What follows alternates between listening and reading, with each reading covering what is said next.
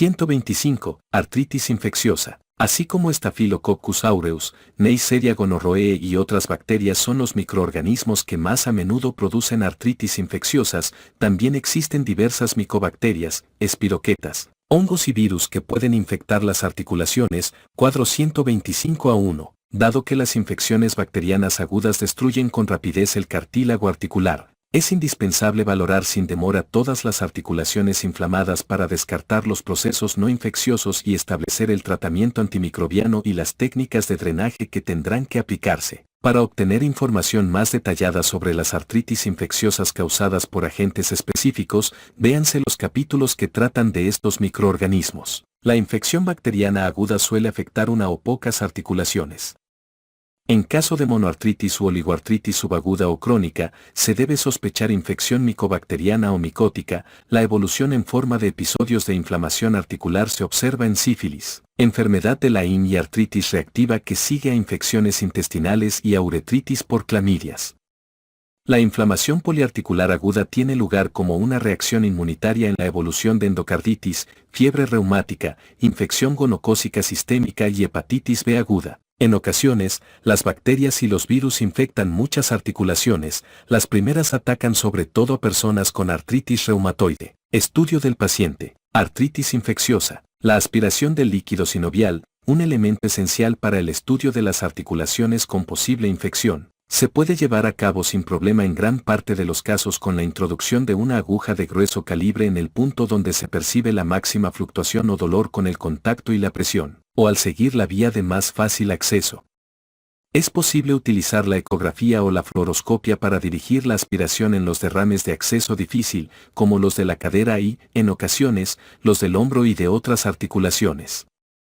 El líquido sinovial normal contiene menos de 180 células por microlitro, de forma predominante mononucleares. En las infecciones bacterianas agudas, es característico que el promedio de células en el líquido sinovial sea de 100.000 por microlitro, intervalo de 25.000 a 250.000 por microlitro, con más de 90% de neutrófilos. En la artritis reumatoide, las artropatías por cristales y otras artritis inflamatorias no infecciosas, es frecuente un recuento celular menor de 30.000 a 50.000 por microlitro. Los recuentos de 10.000 a 30.000 por microlitro con 50 a 70% de neutrófilos y el resto de linfocitos son comunes en las infecciones por micobacterias y en las micosis. El diagnóstico definitivo de una infección se basa en la identificación del microorganismo patógeno causal en los frotis teñidos del líquido sinovial, su aislamiento en los cultivos de sangre o líquido sinovial, o en la detección de ácidos nucleicos y proteínas microbianos mediante análisis con pruebas de amplificación de ácido nucleico y técnicas inmunitarias. Artritis bacteriana aguda. Patogenia. Las bacterias llegan a la articulación a través del torrente sanguíneo, desde un foco contiguo de infección situado en el hueso o en los tejidos blandos, o por inoculación directa durante cirugía, inyección, mordida animal o de seres humanos, o traumatismo. En la infección hematógena, las bacterias atraviesan con facilidad los capilares sinoviales, que carecen de membrana basal y, en cuestión de horas, provocan infiltración neutrófila de la membrana sinovial. Los neutrófilos y las bacterias penetran al espacio articular y luego las bacterias se adhieren al cartílago articular. La degradación del cartílago comienza en las 48 horas siguientes como consecuencia del aumento de la presión intraarticular, la liberación de proteasas y citocinas por los condrocitos y macrófagos sinoviales, y la invasión del cartílago por bacterias y células inflamatorias. En el estudio histopatológico, se observan bacterias que recubren la sinovial y el cartílago, y abscesos que se extienden por la sinovial, el cartílago y, en casos graves, por el hueso subcondral. La proliferación de la sinovial da lugar a la formación del paño sinovial que recubre al cartílago y a esto se suma la trombosis de los vasos sinoviales inflamados. Los factores bacterianos al parecer importantes en la patogenia de la artritis infecciosa son varias adhesinas de superficie elaboradas por Staphylococcus aureus, las cuales favorecen su adherencia al cartílago, y las endotoxinas que contribuyen a la destrucción del cartílago mediada por los condrocitos. Microbiología. La infección hematógena es la vía más frecuente en todas las edades y casi cualquier bacteria patógena es capaz de causar artritis séptica.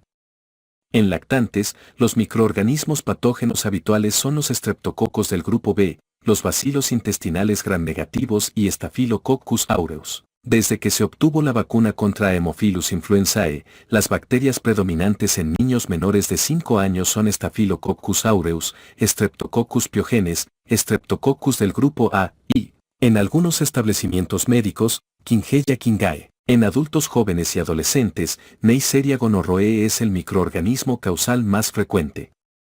Staphylococcus aureus causa la mayor parte de las infecciones que padecen los adultos de cualquier edad cuando no se aíslan gonococos. Por su parte, los bacilos gram-negativos, neumococos y estreptococos beta-hemolíticos, en especial de los grupos A y B, pero también de los grupos C, G y F, participan hasta en un tercio de los casos observados en personas de edad avanzada, en particular quienes padecen enfermedades subyacentes. Las infecciones secundarias a una cirugía o a lesiones penetrantes se deben principalmente a Staphylococcus aureus y, en ocasiones, a otras bacterias gram-positivas o a bacilos gram-negativos.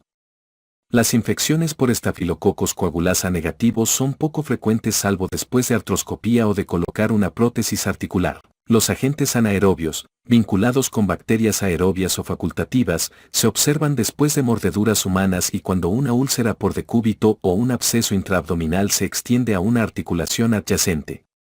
Las infecciones polimicrobianas complican lesiones traumáticas muy contaminadas. Las mordeduras y los arañazos de gatos y otros animales pueden introducir Pasteurella multocida o Bartonella enselae de forma directa o por vía hematógena a las articulaciones, y las mordeduras de seres humanos Aikenella corrodens u otros componentes de la microbiota bucal. La penetración de objetos cortantes a través de un zapato quizá genere artritis en el pie por Pseudomonas aeruginosa, artritis bacteriana no gonocócica. Epidemiología.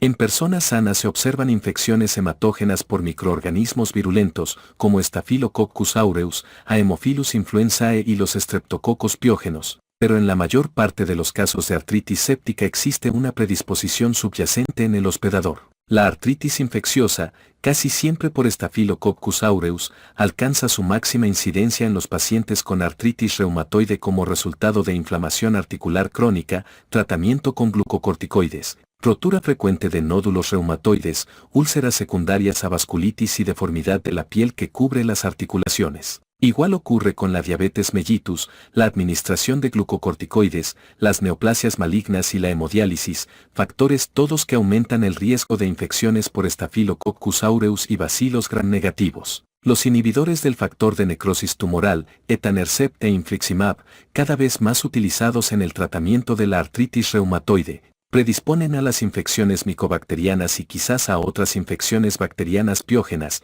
Además, tal vez facilitan la artritis séptica en esta población. El alcoholismo, la deficiencia de la inmunidad humoral y las hemoglobinopatías se complican con infecciones neumocócicas.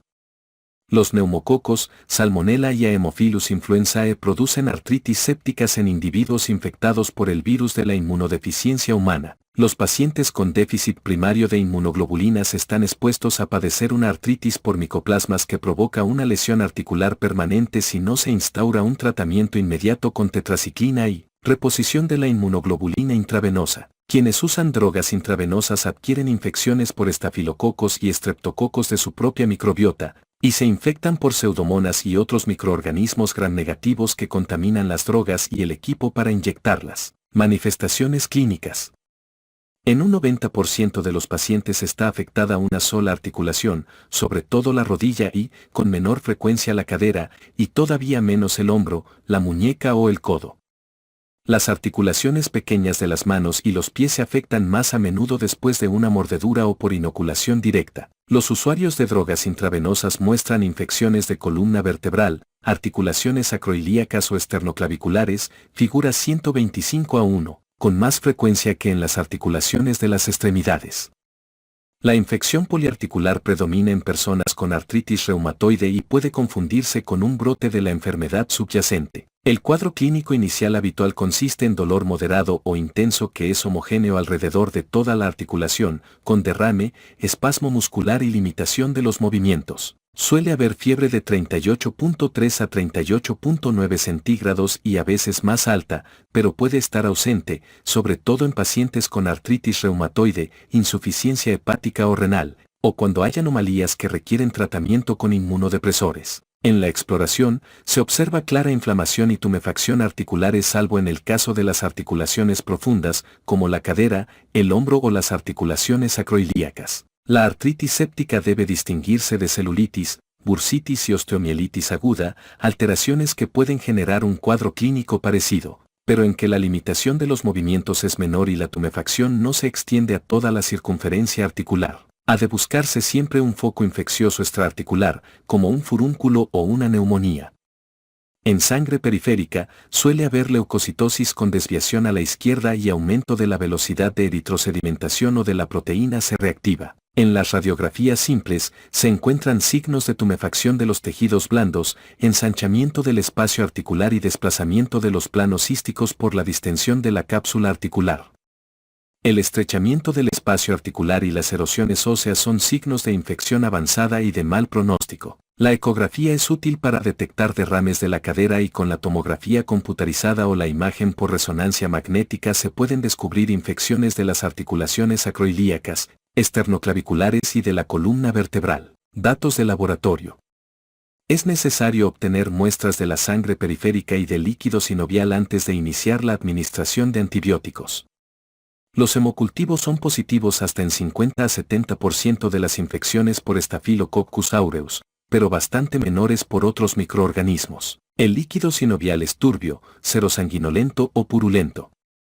Los frotis con tinción de Gram confirman la presencia de abundantes neutrófilos. Las concentraciones de proteínas totales y de lactato deshidrogenasa en el líquido sinovial están aumentadas y la glucosa se encuentra disminuida. Sin embargo, estos datos no son específicos de infección y son innecesarios para establecer el diagnóstico. En el líquido sinovial deben buscarse cristales porque la gota y la pseudogota pueden producir un cuadro clínico parecido al de la artritis séptica y, en ocasiones, coexisten la infección y la enfermedad articular por cristales. Se descubren microorganismos en los frotis del líquido sinovial en casi 75% de las infecciones por Staphylococcus aureus y por Streptococcus, y en 30 a 50% de los casos por agentes gram negativos u otras bacterias.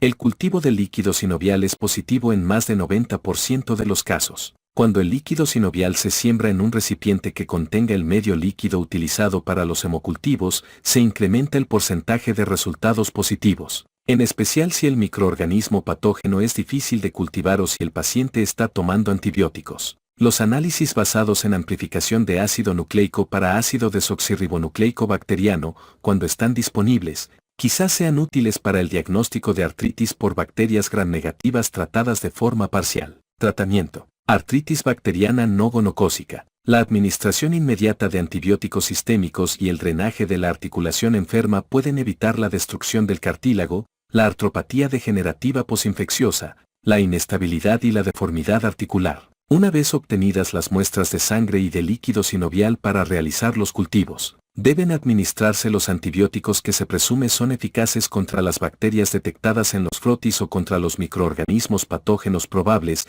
y considerar la edad del paciente y los factores de riesgo. Al principio se utilizan bactericidas intravenosos. No es indispensable instilar antibióticos de manera directa en la articulación para obtener concentraciones suficientes en el tejido y el líquido sinovial. En la mayor parte de las infecciones extrahospitalarias de los adultos en que los frotis no muestran los microorganismos causales, se utiliza tratamiento empírico con una cefalosporina de tercera generación intravenosa, como cefotaxima, 1 gramos cada 8 horas, o ceftriaxona, 1 a 2 gramos cada 24 horas, intravenosa. Cuando se observan cocos gram positivos en el frotis, se administra vancomicina intravenosa, 1 gramo cada 12 horas. Si es poco probable que se trate de Staphylococcus aureus resistente a meticilina, por ejemplo, cuando este microorganismo no se encuentra diseminado en la comunidad, se administra entonces cefazolina, 2 gramos cada 8 horas, oxacilina, 2 gramos cada 4 horas, o nafcilina, 2 gramos cada 4 horas. Además, en los usuarios de drogas intravenosas o cuando el agente causal sea Pseudomonas aeruginosa, se debe añadir un aminoglucósido o una cefalosporina de tercera generación. El tratamiento definitivo se basa en la identidad y la sensibilidad a los antibióticos de las bacterias aisladas en los cultivos. Las infecciones por estafilococo se tratan con cefazolina, oxacilina, nafcilina o vancomicina durante 4 semanas. Las infecciones neumocócicas y estreptocócicas por cepas sensibles a la penicilina responden a la administración de penicilina G, 2 millones de unidades intravenosa cada 4 horas durante 2 semanas. Las infecciones por Haemophilus influenzae o por cepas de Streptococcus pneumoniae resistentes a la penicilina se tratan con ceftriaxona o cefotaxima por 2 semanas. Gran parte de las infecciones por microorganismos intestinales gram negativos sana en 3 a 4 semanas con una cefalosporina de segunda o tercera generación por vía intravenosa o con una fluoroquinolona, como la levofloxacina, 500 miligramos intravenosa o vía oral cada 24 horas. Las infecciones por Pseudomonas aeruginosa deben tratarse al menos durante 2 semanas con un aminoglucósido combinado con una penicilina de amplio espectro, como la meslocilina, 3 gramos intravenosa cada 4 horas, o con una cefalosporina contra Pseudomonas, como la ceftazidima, 1 gramo intravenosa cada 8 horas. Si se tolera bien, esta pauta posológica se mantiene durante 2 semanas más. Otra posibilidad es dar una fluoroquinolona, como ciprofloxacina, 750 miligramos vía oral cada 12 horas, sola o con penicilina o cefalosporina en lugar del aminoglucósido. A fin de obtener un pronóstico favorable es necesario drenar el pus y los restos necróticos en el momento oportuno. En las articulaciones de fácil acceso, como la rodilla, puede bastar la aspiración con agujas si no hay loculaciones ni partículas sólidas en la articulación que impidan el vaciamiento y la descompresión completos. También es posible drenar y lavar mediante artroscopía desde el primer momento o días después de advertir que, incluso con la repetición de las aspiraciones con aguja, los síntomas no se alivian, que el volumen del derrame y los leucocitos en el líquido sinovial no disminuyen y que las bacterias no desaparecen de los frotis ni de los cultivos. En algunos casos, es necesaria la artrotomía para suprimir las loculaciones y desbridar la sinovial, el cartílago o el hueso infectados. La artrotomía es el mejor recurso para tratar la artritis séptica de la cadera, en especial en niños preescolares, en quienes la infección amenaza la viabilidad de la cabeza femoral. En las artritis sépticas no se requiere la inmovilización, salvo para aliviar el dolor antes de que el tratamiento consiga atenuar los síntomas. Se evita la carga o el apoyo sobre la articulación enferma hasta que remitan los signos de la inflamación, pero está indicado realizar lo antes posible movimientos pasivos para conservar la máxima movilidad.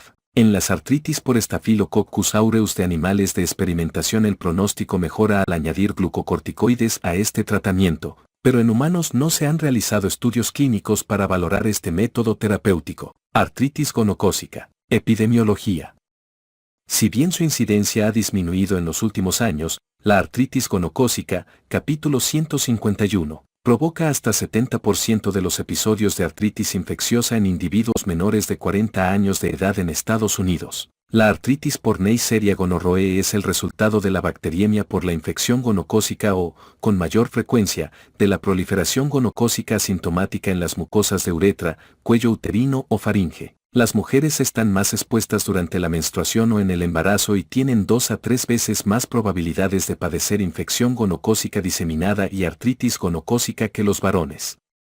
Los pacientes con deficiencia del complemento, en especial de los últimos factores, tienden a padecer episodios repetidos de gonocosemia. Las cepas de gonococos que causan infecciones diseminadas con mayor frecuencia son las que producen colonias transparentes en los cultivos, las cuales tienen la proteína de tipo 1A en la membrana externa o las del tipo oxótrofo AUH. Manifestaciones clínicas y datos de laboratorio. Las manifestaciones más frecuentes de infección gonocócica diseminada son fiebre, escalofríos, exantema cutáneo y síntomas articulares. En el tronco y la superficie de extensión de la parte distal de las extremidades aparecen escasas pápulas que se convierten en pústulas hemorrágicas. Destaca mucho una artritis migratoria con tenosinovitis de rodillas, manos, muñecas, pies y tobillos. Se supone que las lesiones cutáneas y las manifestaciones articulares se deben a una reacción inmunitaria dirigida contra los gonococos circulantes y al depósito de inmunocomplejos en los tejidos. Así, los cultivos de líquido sinovial son negativos de manera uniforme y los hemocultivos son positivos en menos de 45% de los pacientes. Quizás sea difícil obtener líquido sinovial de las articulaciones inflamadas, el cual por lo general contiene solo 10.000 a 20.000 leucocitos por microlitro. La artritis gonocócica séptica verdadera es menos común que el síndrome de infección gonocócica diseminada y siempre tiene lugar después de este último trastorno, el cual no se identifica en casi 33% de los pacientes, Por lo general, se afecta una sola articulación como la cadera, la rodilla, el tobillo o la muñeca. El líquido sinovial que contiene más de 50.000 leucocitos por microlitro puede obtenerse con facilidad. Solo en ocasiones es evidente el gonococo en las tinciones de Gram, y los cultivos de líquido sinovial son positivos en menos de 40% de los casos. Los hemocultivos casi siempre son negativos. Como es difícil aislar al gonococo de líquido sinovial y sangre, deben obtenerse muestras para cultivo de sitios de la mucosa que pueden estar infectados. Las pruebas de orina con amplificación de ácido nucleico quizá también sean positivas.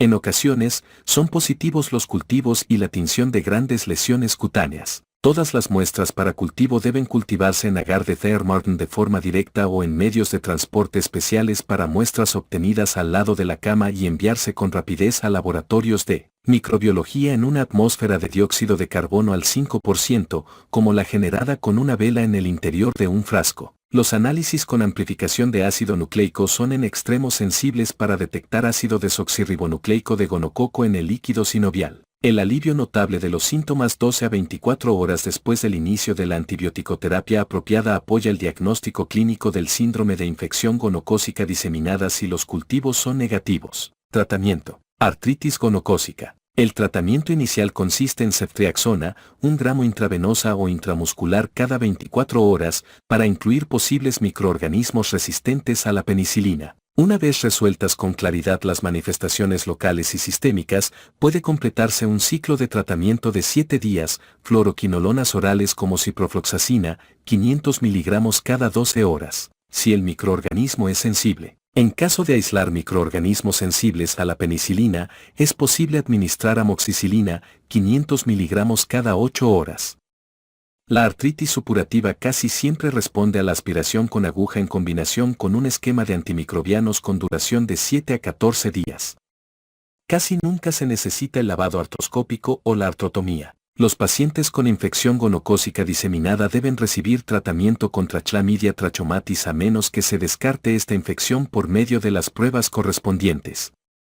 Se recomienda la adición de acitromicina, 1 gramo por vía oral como dosis única, para tratar la coinfección por Chlamydia, que es común. A las parejas sexuales, se les debe ofrecer pruebas y tratamiento presuntivo contra la gonorrea y la infección por Chlamydia. La meningococcemia se acompaña de síntomas de artritis similares a los de la infección gonocócica diseminada.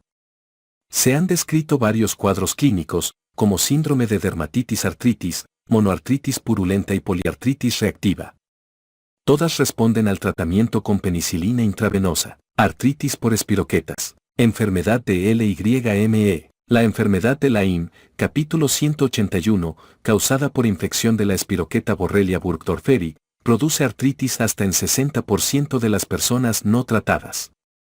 Días a semanas después de la inoculación de esta espiroqueta por la garrapata Ixodes, aparecen artralgias y mialgias intermitentes, pero no una verdadera artritis. Más tarde se configuran 3 clases de afectación articular. 1. 50% de las personas no tratadas manifiesta episodios intermitentes de monoartritis u oligoartritis que afectan la rodilla y otras articulaciones grandes. Los síntomas aparecen y desaparecen sin tratamiento en un periodo de meses, y cada año hay 10 a 20% de pacientes que refieren la desaparición de los síntomas articulares. 2. 20% de los casos no tratados presenta un cuadro clínico de artralgias que se acentúan y atenúan a intervalos. Y 3. 10% de los individuos padece sinovitis inflamatoria crónica consecutiva a las lesiones erosivas y a la destrucción de la articulación. En más de 90% de las personas con artritis de Lyme, las pruebas serológicas que detectan los anticuerpos IgG dirigidos contra Borrelia burgdorferi son positivas y, en 85% de los casos,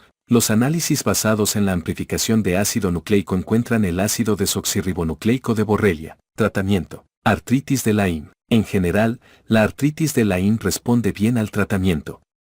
Se aconseja un régimen con doxiciclina oral, 100 miligramos cada 12 horas por 28 días, amoxicilina oral, 500 miligramos cada 8 horas por 28 días, o ceftriaxona parenteral, 2 gramos cada 24 horas por 2 a 4 semanas. Los enfermos que no mejoran después de 2 meses de tratamiento oral o de 1 mes de tratamiento parenteral es poco probable que se alivien con más antibióticos y deben tratarse con antiinflamatorios o una sinovectomía. Los fracasos terapéuticos se relacionan con ciertas características del hospedador, como genotipo del antígeno leucocítico humano DR4, reactividad persistente a la proteína A de la superficie externa y presencia del antígeno asociado a la función leucocítica humana 1, que muestra reacción cruzada con dicha proteína. Artritis sifilítica. En los distintos periodos de la sífilis se observan manifestaciones articulares, capítulo 177.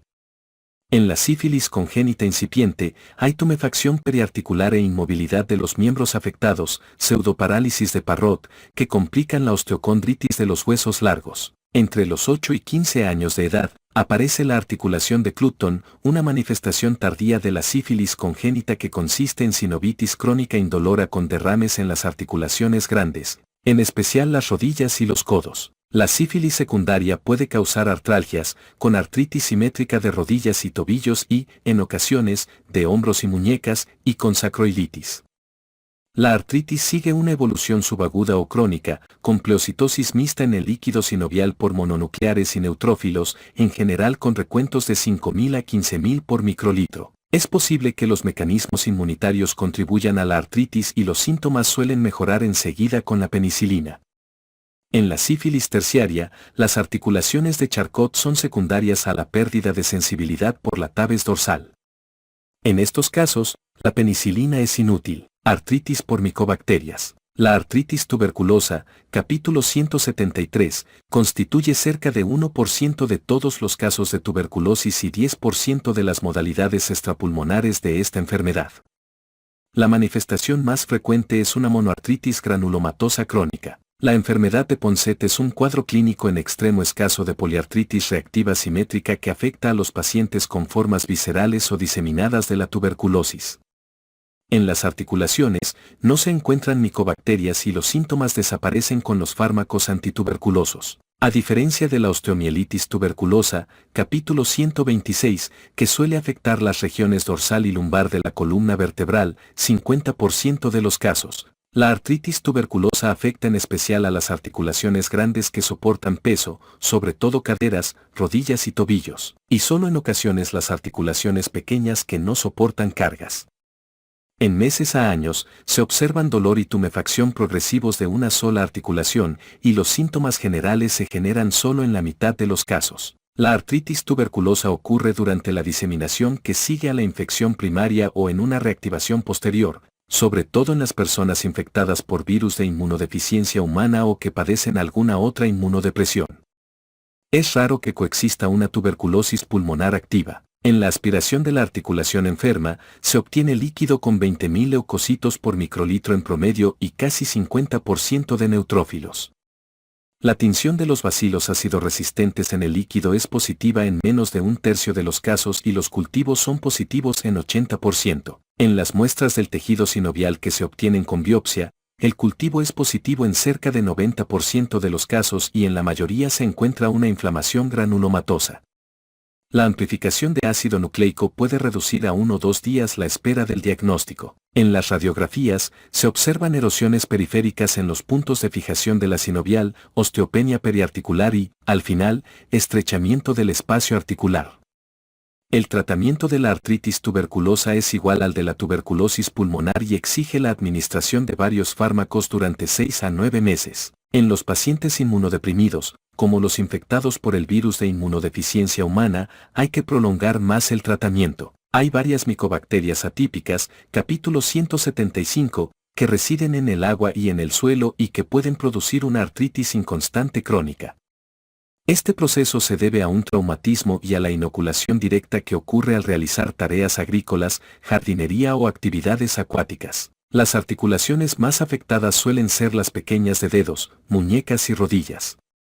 Casi siempre hay afectación de las bolsas sinoviales y las vainas tendinosas. Las micobacterias que intervienen son Mycobacterium marinum, Mycobacterium avium intracellulare, Mycobacterium terrae, Mycobacterium kansasii, Mycobacterium fortuitum y Mycobacterium chelonae. En las personas infectadas por el virus de inmunodeficiencia humana o que toman fármacos inmunodepresores, se han descrito infecciones articulares después de la diseminación hematógena de Mycobacterium kansasii, Mycobacterium avium complex y Mycobacterium haemophilum. Por lo general, el diagnóstico requiere biopsias y cultivos, y el tratamiento debe basarse en las pruebas de sensibilidad a los antibióticos. Artritis micótica. Los hongos raras veces producen una artritis monoarticular crónica.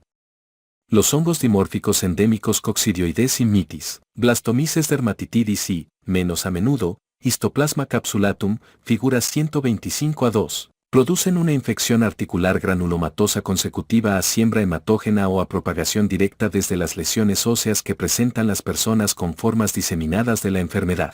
También se observan lesiones articulares con muy poca frecuencia como complicación de la esporotricosis, infección por Sporotrix schenckii, en los jardineros y otras personas que trabajan con tierra o musgos. La esporotricosis articular es 6 veces más frecuente en varones que en mujeres, y los alcohólicos y otros individuos debilitados están expuestos a padecer una infección poliarticular. Las infecciones por cándida que afectan una sola articulación, en especial rodilla, cadera u hombro, se generan a partir de cirugías, inyecciones intraarticulares, en los pacientes muy graves con enfermedades debilitantes, como diabetes mellitus, o con insuficiencia hepática o renal, y en quienes siguen un tratamiento inmunodepresor, o diseminación hematógena. En quienes usan drogas intravenosas, las micosis por cándida suelen afectar la columna vertebral, las articulaciones sacroiliacas u otras articulaciones fibrocartilaginosas. En personas inmunodeprimidas, los casos infrecuentes de artritis por Aspergillus, Cryptococcus neoformans, Pseudoyescheria bovidii y por hongos de Matiacio se producen por inoculación directa o por infección hematógena diseminada. En Estados Unidos, durante 2012, un brote epidémico nacional de artritis micótica y meningitis por Steroilum rostratum se relacionó con inyección intraespinal e intraarticular de preparaciones contaminadas de acetato de metilprednisolona. El líquido sinovial de las artritis fúngicas suele contener 10.000 a 40.000 células por microlitro, con casi 70% de neutrófilos. Las muestras del tejido sinovial teñidas y cultivadas confirman con frecuencia el diagnóstico de artritis fúngica cuando los análisis del líquido sinovial resultan negativos. El tratamiento consta de drenaje y lavado de la articulación, en combinación con la administración de algún antimicótico específico. La dosis y la duración del tratamiento son iguales que en los casos diseminados, parte 5, sección 16. La anfotericina B se ha aplicado por medio de goteo intraarticular además de la vía intravenosa clásica. Artritis vírica. Los virus producen artritis al infectar el tejido sinovial durante la infección generalizada o provocan una reacción inmunitaria que ataca las articulaciones. En los 3 días del exantema que sigue a la infección espontánea por el virus de la rubeola y en las 2 a 6 semanas siguientes a la aplicación de la vacuna con virus vivos de la rubeola, hasta 50% de las mujeres afectadas experimenta artralgias persistentes y 10% padece artritis manifiesta. Es raro que los episodios de inflamación simétrica de los dedos de las manos, las muñecas y las rodillas reaparezcan tras un periodo superior a un año, pero existe un síndrome de fatiga crónica, febrícula, cefaleas y mialgias que puede persistir durante meses o años. En casos específicos, quizás sea eficaz la administración intravenosa de inmunoglobulinas. En las 2 semanas que dura una parotiditis, tal vez se observe monoartritis o poliartritis migratoria que desaparece de forma espontánea. Esta secuela es más frecuente en los varones que en las mujeres. Alrededor de 10% de los niños y 60% de las mujeres presenta artritis después de la infección por el parvovirus B19. En los adultos, la artropatía evoluciona a veces sin fiebre ni exantema. Hay dolor y rigidez, además de tumefacción menos notoria, principalmente en las manos, pero también en rodillas, muñecas y tobillos, síntomas que suelen desaparecer en semanas. Aunque un pequeño porcentaje de pacientes padece una artropatía crónica, hasta 10% de los pacientes con hepatitis B aguda tiene una reacción mediada por inmunocomplejo similar a la de la enfermedad del suero y que se manifiesta por exantema maculopapuloso, urticaria, fiebre y artralgias, 2 semanas antes de que aparezca la ictericia. Menos a menudo se observa artritis simétrica de manos, muñecas, codos o tobillos con rigidez matutina que se confunde con un episodio de artritis reumatoide. Los síntomas se resuelven al aparecer la ictericia. Muchas personas con hepatitis C crónica informan artralgias o artritis persistentes en presencia o ausencia de crioglobulinemia. También hay artritis, con dolor de las articulaciones grandes, a menudo acompañada de fiebre y exantema, en varias infecciones debidas a los virus transmitidos por artrópodos, como los virus chikungunya, Onionion, Ross River, Mayaro y Burma Forest, capítulo 204. Durante la convalecencia de la infección por el virus de la coriomeningitis linfocítica, puede aparecer una artritis simétrica de manos y muñecas. Los pacientes infectados por enterovirus se quejan con frecuencia de artralgias y se ha aislado virus hecho en quienes padecen poliartritis aguda. Algunos cuadros clínicos de artritis se vinculan con la infección por virus de inmunodeficiencia humana. La artritis reactiva, con oligoartritis dolorosa de los miembros inferiores, suele seguir a un episodio de uretritis en personas infectadas por virus de inmunodeficiencia humana. La artritis reactiva por virus de inmunodeficiencia humana parece ser muy frecuente en pacientes con haplotipo antígeno leucocítico humano, B27, pero es rara la afectación de las articulaciones sacroiliacas y en la mayoría de los casos se observa sobre todo en ausencia del antígeno leucocítico humano B27. Hasta un tercio de los individuos con psoriasis que están infectados por el virus de inmunodeficiencia humana presenta artritis psoriásica.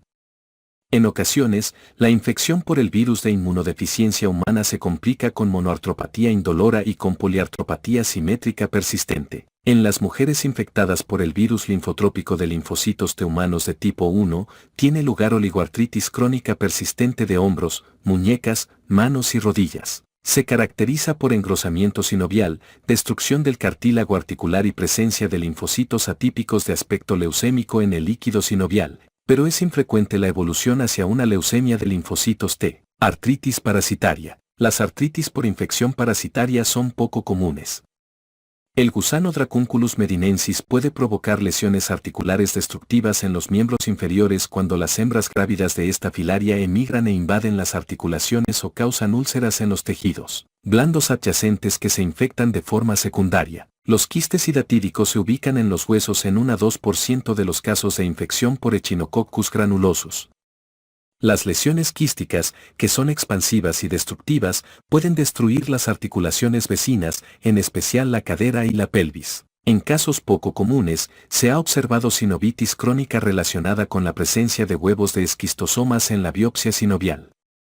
En niños con filariosis linfática, se observa artritis monoarticular que responde al tratamiento con dietilcarbamazina incluso en ausencia de microfilarias en el líquido sinovial. Se han descrito casos de artritis reactiva atribuidos a la infección por uncinarias, estroniloides, Cryptosporidium y giardia, pero es necesario confirmar esta relación. Artritis posinfecciosa o reactiva. El síndrome de Rite es una poliartritis reactiva que ocurre en cerca de 1% de los pacientes unas semanas después de haber padecido una uretritis no gonocócica y en 2% de los individuos que han contraído infecciones intestinales, en especial las producidas por Yersinia enterocolitica, Shigella flesneri, Campylobacter jejuni y Salmonella. Solo una minoría de estos pacientes presenta los demás datos de la artritis reactiva, que incluye uretritis, conjuntivitis, uveitis, úlceras de la boca y exantema cutáneo. En los estudios se ha detectado la presencia de antígenos o del ácido desoxirribonucleico microbiano en el líquido sinovial o en la sangre,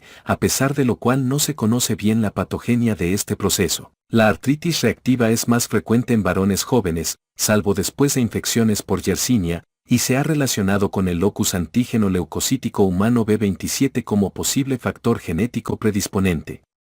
Los pacientes manifiestan oligoartritis dolorosa y asimétrica que afecta sobre todo rodillas, tobillos y pies. Es frecuente el dolor lumbar y, cuando la enfermedad es prolongada, aparecen signos radiográficos de sacroilitis. La mayoría de los enfermos se recupera en 6 meses, pero hay formas recurrentes prolongadas de la enfermedad que son más frecuentes en los casos que siguen a una uretritis por clamidias. Los antiinflamatorios ayudan a aliviar los síntomas. Sin embargo, hay controversia sobre la eficacia del tratamiento antibiótico prolongado para eliminar al antígeno microbiano de la sinovial. En adultos, las manifestaciones habituales de la fiebre reumática aguda consisten en poliartritis migratoria acompañada de fiebre, capítulo 352. Este cuadro clínico inicial es distinto del propio de la artritis reactiva postestreptocócica, que también se observa después de una infección por Streptococcus del grupo A, pero no es migratorio. Dura más de las 3 semanas del lapso máximo típico de la fiebre reumática aguda y apenas reacciona al ácido acetilsalicílico. Infecciones de las prótesis articulares. Estas infecciones se observan como complicación de 1 a 4% de todas las prótesis articulares. La mayoría de esas infecciones se adquiere durante la cirugía o inmediatamente después, debido a infección o adherencia de la herida, menos a menudo. Afectan más de forma tardía la prótesis articular y son secundarias a siembra hematógena o a inoculación directa. Las manifestaciones pueden ser agudas, con fiebre, dolor y signos inflamatorios locales, en especial en las infecciones por Staphylococcus aureus, Streptococcus piógenos y bacilos intestinales. Otras veces, cuando intervienen microorganismos menos virulentos, como Staphylococcus coagulasa negativos o difteroides, la infección persiste meses o años sin provocar síntomas generales. Estas infecciones inconstantes casi siempre se adquieren al realizar el implante articular y se descubren al valorar un dolor crónico inexplicable o después de tomar una radiografía en que se demuestra la laxitud de la prótesis. La velocidad de eritrosedimentación y la proteína C reactiva suelen ser altas en esos casos. El diagnóstico se establece por aspiración de la articulación. Hay que evitar a toda costa introducir microorganismos de manera accidental al aspirar. La infección se sospecha cuando en el líquido sinovial se encuentra pleocitosis y predominio de los leucocitos polimorfonucleares, puesto que otros procesos inflamatorios rara vez afectan las prótesis articulares. Por lo general, el cultivo y la tinción de Gram revelan el microorganismo patógeno causal. El baño ultrasónico de la prótesis que se extrae aumenta el rendimiento del cultivo, al parecer, al fragmentar biopelículas bacterianas en la superficie de las prótesis. A veces, cuando los cultivos sistemáticos y los dirigidos al aislamiento de anaerobios son negativos, es necesario emplear medios especiales para cultivar microorganismos patógenos poco frecuentes, como hongos, micobacterias atípicas y micoplasma. Tratamiento. Infecciones de articulaciones protésicas. El tratamiento incluye cirugía y dosis altas de antibióticos por vía parenteral, que se administran por 4 a 6 semanas porque el hueso suele estar afectado. Casi siempre se debe sustituir la prótesis por otra para curar la infección. Lo mejor es implantar la nueva prótesis con unas semanas o meses de retraso, porque durante ese plazo son más frecuentes las recurrencias de la infección. En algunos casos, es imposible el reimplante y el paciente pierde esa articulación o queda con una fusión articular o se necesita incluso la amputación. En ocasiones, la infección se puede curar sin eliminar la prótesis cuando los microorganismos infecciosos son estreptococos o neumococos y no hay signos radiográficos de laxitud o desprendimiento de la prótesis. En esos casos, se debe iniciar el tratamiento antibiótico unos días después de comenzar la infección y hay que efectuar un drenaje articular intensivo por artrotomía o por artroscopía. En ciertos pacientes, cuando el enfermo prefiere evitar la morbilidad vinculada con la extracción y el reimplante de la articulación, una meta razonable es suprimir la infección con antibióticos. Se ha descrito una tasa alta de curación con conservación de la prótesis cuando se proporciona un régimen terapéutico combinado de rifampicina y otro antibiótico por vía oral, por ejemplo, una quinolona, una penicilina antiestafilocócica o vancomicina, durante 3 a 6 meses en las personas con infecciones estafilocócicas de la prótesis de corta duración. Se necesitan estudios prospectivos que confirmen la eficacia de este tratamiento, con base en la capacidad de la rifampicina de destruir los microorganismos que se adhieren al material extraño de la prótesis y en la fase de crecimiento estacionario. Profilaxis. Con objeto de evitar las consecuencias desastrosas de la infección, los pacientes elegibles para una prótesis articular se deben seleccionar de manera meticulosa. Las infecciones son frecuentes sobre todo en personas con artritis reumatoide, en quienes han tenido una intervención previa de esa misma articulación y en individuos con entidades patológicas que requieren tratamiento con inmunodepresores. La profilaxis perioperatoria con antibióticos, casi siempre con cefazolina, y las medidas para reducir las contaminaciones durante la cirugía, como el empleo de un flujo laminar, han disminuido las tasas de infección perioperatoria a menos de 1% en muchas instituciones médicas. Después del implante, se toman medidas para evitar o tratar con rapidez las infecciones extraarticulares capaces de generar siembras hematógenas que puedan llegar hasta la prótesis. No se ha demostrado la eficacia de los antibióticos profilácticos en la prevención de las infecciones hematógenas después de manipulaciones dentales. En realidad,